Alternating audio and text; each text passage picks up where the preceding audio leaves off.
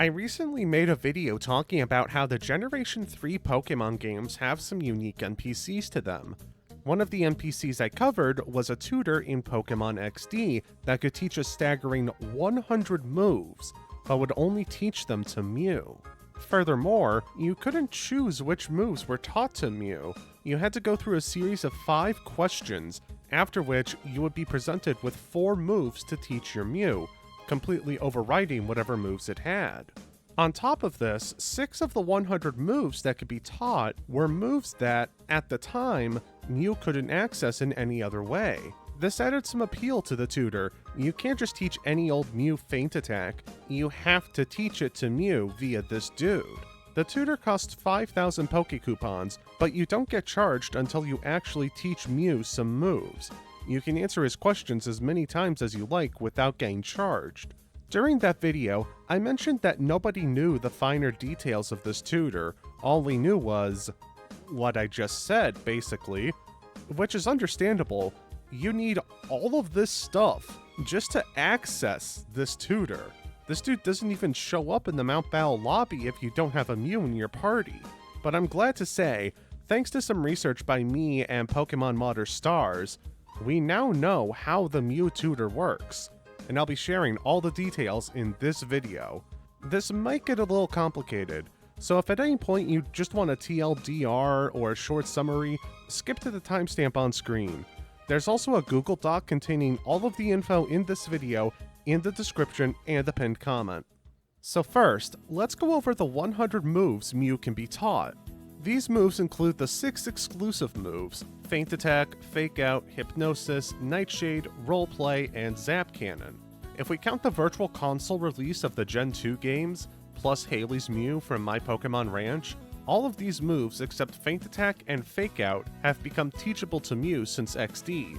The remaining 94 moves are made up from the TMs, HMs, the other move tutors in the Generation 3 games, including XD exclusive tutor moves like Self-Destruct, and Mew's Level Up move pool.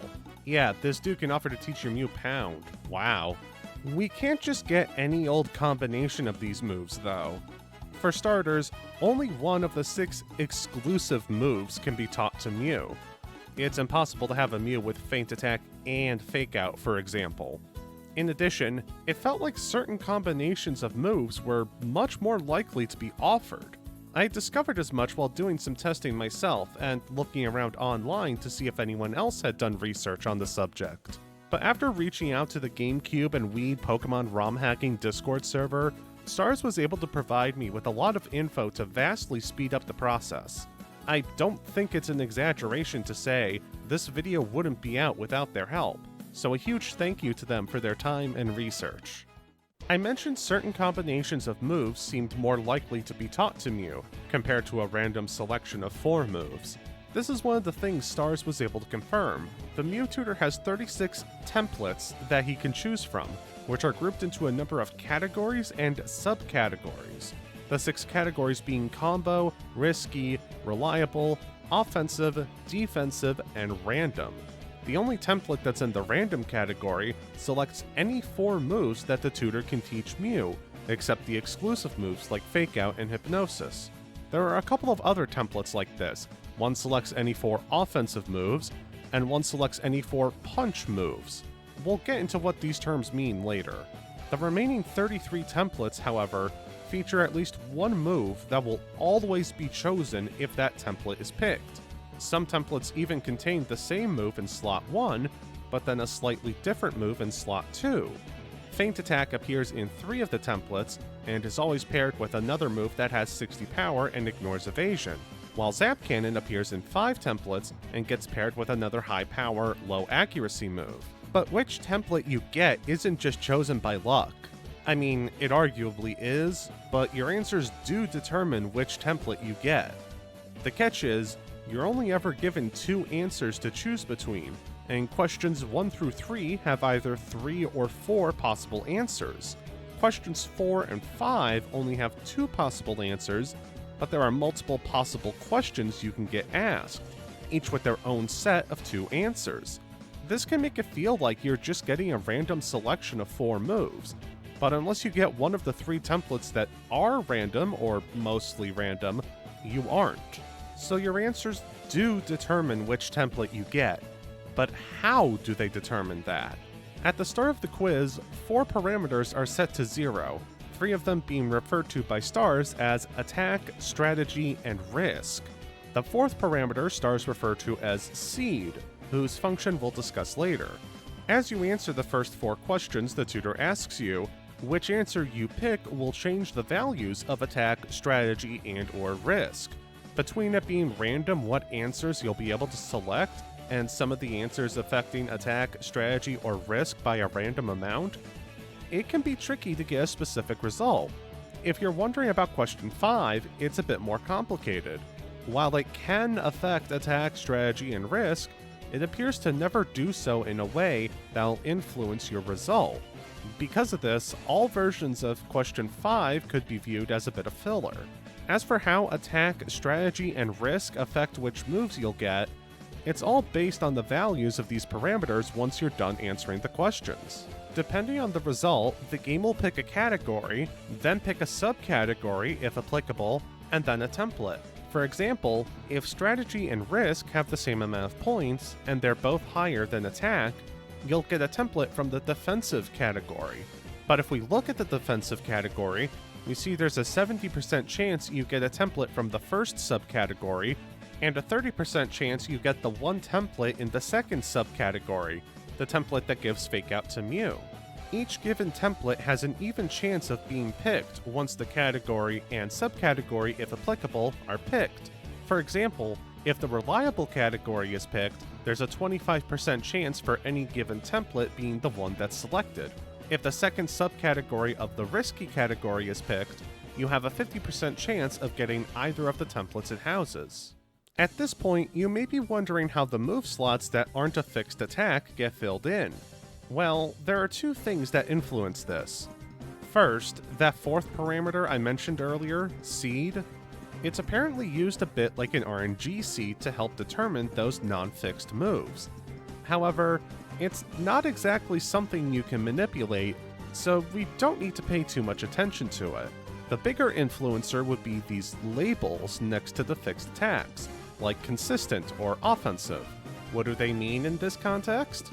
These labels, or flags as they're actually referred to, are assigned to the 94 non-exclusive moves the tutor can teach Mew. Once a template is selected, the game will look at the list of non-exclusive moves and pick out the appropriate number of moves that contain the correct flag. As an example, if you get one of the templates with Feint Attack in slot 1, the moves in slots 3 and 4 will always contain moves with the consistent flag. As for what moves are in each flag, some are pretty obvious. Physical contains physical attacks, special contains special attacks, and offensive is any move with the physical or special flag. Don't get the offensive flag confused with the offensive category, by the way. They're 2 separate things. Consistent seems to be moves with 100% accuracy or that ignore evasion, while also not having any kind of drawback, like recoil damage or a stat drop. Meanwhile, inconsistent is the exact opposite. Moves with less than 100% accuracy and/or have a drawback. Inconsistent also features some more situational moves, like Mimic, Roar, and Transform, but also Return and Frustration, moves with 100% accuracy and no drawback. I guess these moves are included because their power is what's inconsistent.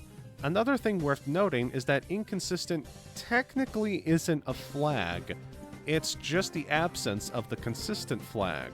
In other words, any move without the consistent flag is automatically considered inconsistent, even if it has no other flags.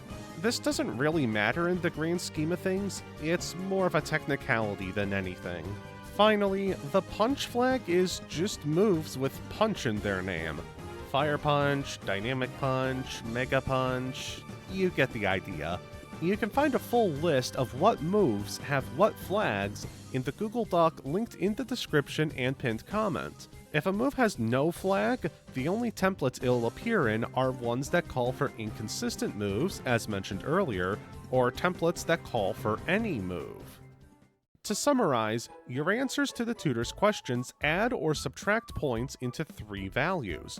Depending on the number of points in these values once you're done, a template is chosen which can select either some of the moves the tutor will offer to teach, or, in rare cases, all or none of the moves.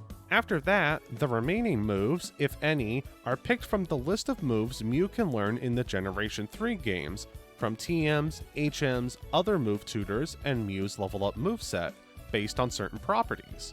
The tutor can teach 6 exclusive moves to Mew, but only 1 can be on Mew's moveset at any given time, although future Pokemon games have allowed Mew to learn some of these exclusive moves, with Roleplay and Nightshade being the easiest ones to get. Also, just a quick disclaimer, while my own testing does match up with Stars' findings, they did take care to mention that the code for this is pretty complicated and was hard to decipher, so it is possible that there are some errors or missing information. In other words, while we're confident this is fairly accurate, we may have missed something. If you have any information you'd like to contribute, or if you noticed any errors, please let me know. If any new discoveries are made, the Google Doc linked down below will be updated with said information. Pokemon XD came out in 2005, and only 19 years later have we finally figured out how the Mew tutor works. Doing the research for this and reading Stars' findings was honestly really exciting and fun. I couldn't have done this without Stars though, so once again, a big thank you to them, along with Smogon Forums member Lorak and YouTuber Collector Togami. Lorak made a thread containing some research they did, and Collector Togami has a video showing off the Mew tutor, both of which gave me a bit of a head start in my research before I reached out to Stars. I hope I managed to explain this clearly enough, but if you have any questions about anything discussed, please leave a comment and I'll try my best to answer you. Thank you for watching everyone, I hope you enjoyed the video, and a big thank you to Mithril Monarch and Duna Nix, along with the rest of my patrons, for going the extra mile and financially supporting the channel. See you next time everyone.